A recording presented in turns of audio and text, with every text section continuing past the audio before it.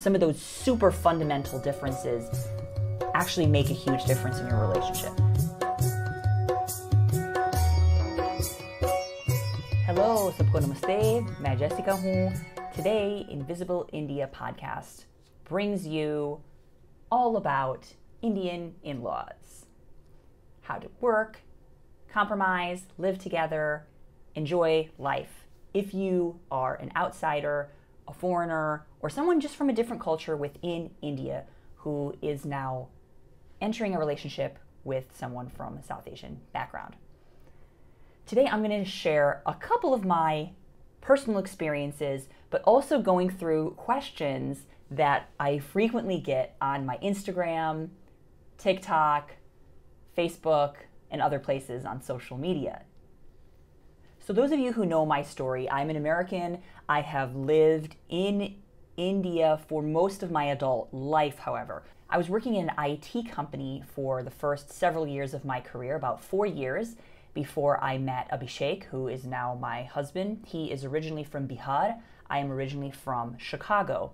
So I was working in India. I was able to pick up Hindi, not just pick it up, but intentionally learned through an immersion program and a course that I had taken, and I talk about that on other episodes, which you can check out on my YouTube, on Apple Podcasts, Spotify, and basically everywhere podcasts are found. If you want to hear about our love story, how we met, all that can also be found on other episodes of the show. But today we're really going to focus in on the in-law relationship and how do you merge yourself or two families in together when there are older people involved that may not have the same experiences as you or even their son or daughter who is now getting married. I get a lot of questions about my in-laws. My in-laws are very traditional in a lot of ways. I think some people, when they see Abhishek and how open-minded and how globalized, I guess, he is, people really get confused when they see my in-laws and say, well, how did he come from them?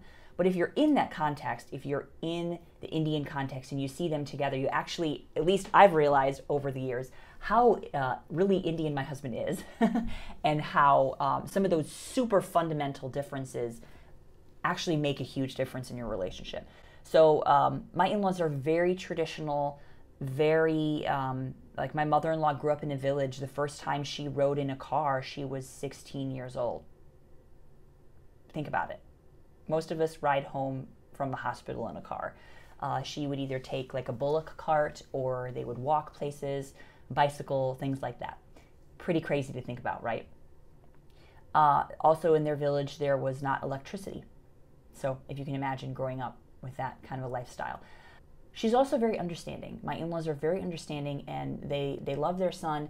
They really want their kids to be happy, and but yet they also have very traditional values. So how do we work it out, right? I'm a very independent Western person, but how did we actually figure all this out in relationship?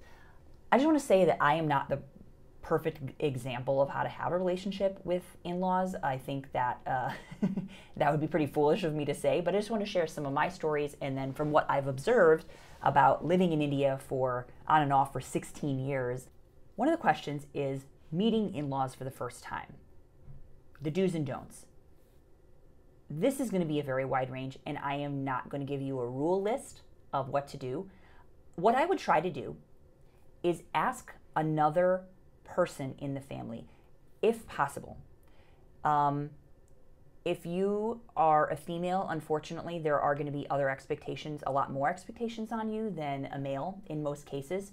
I would say it really depends on how broad-minded the family is, how open-minded the family is, and how well their son or daughter has introduced you and given them information about you. So most likely, they're going to want to just meet you, see how your personality is, and then just find out more about you. So what do you do? And then, you know, people are most likely, in most places in India, people want to know about your family.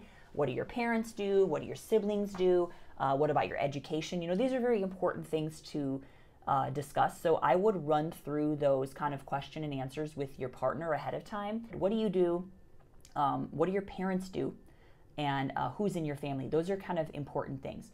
Some of the more challenging things that I find are that especially if you're a woman, you may be judged a bit more on your appearance. That may be the case. So just preparing yourself mentally that there may be comments about your appearance of maybe your height, your weight, your skin color, different things like that. So it hopefully that won't happen, but if it does, just be aware that that is kind of how a lot of things go. It is not seen as rude in India to comment on other people's appearances. It's kind of made of, I'm noticing something about you which I don't think is good, so that you can improve that. I know it's very opposite for us Westerners, but that's just how it goes. If you're a man, there may be questions about your salary, how much you earn. These are just the things that sometimes people are judged by. People will talk behind your back in a good way and in a bad way. They'll say, oh, that wasn't very good, this, that. If they're afraid of hurting you or if they're afraid that you may not take it well, they'll say it to someone else and then it'll get back to you. If they say it to your face, better. You will most likely not get praise about things to your face. This is an indirect culture. The way that you talk about people is more important than the way you talk to them. So if you're talking to someone directly and sharing your thoughts with them, that's a rare situation, especially if it's an elder and like a relationship in that case where you're the daughter-in-law or the son-in-law. Same thing goes with you. Talking directly to an elder and saying, I should have done this, you should have done that, this could be better, that could be better, and sharing your thoughts too directly could actually be seen as disrespectful. So I talk a lot more about the indirect communication factors on other episodes. So please go ahead and listen through those, and it'll bring a lot more clarity. So hop on for part 2. We're talking about expectations, we're talking about conflict, we're talking about a lot more. चलिए, अच्छा लगा आपने सुना मेरा podcast तो आप और भी सुनिए, सब्सक्राइब भी कीजिए.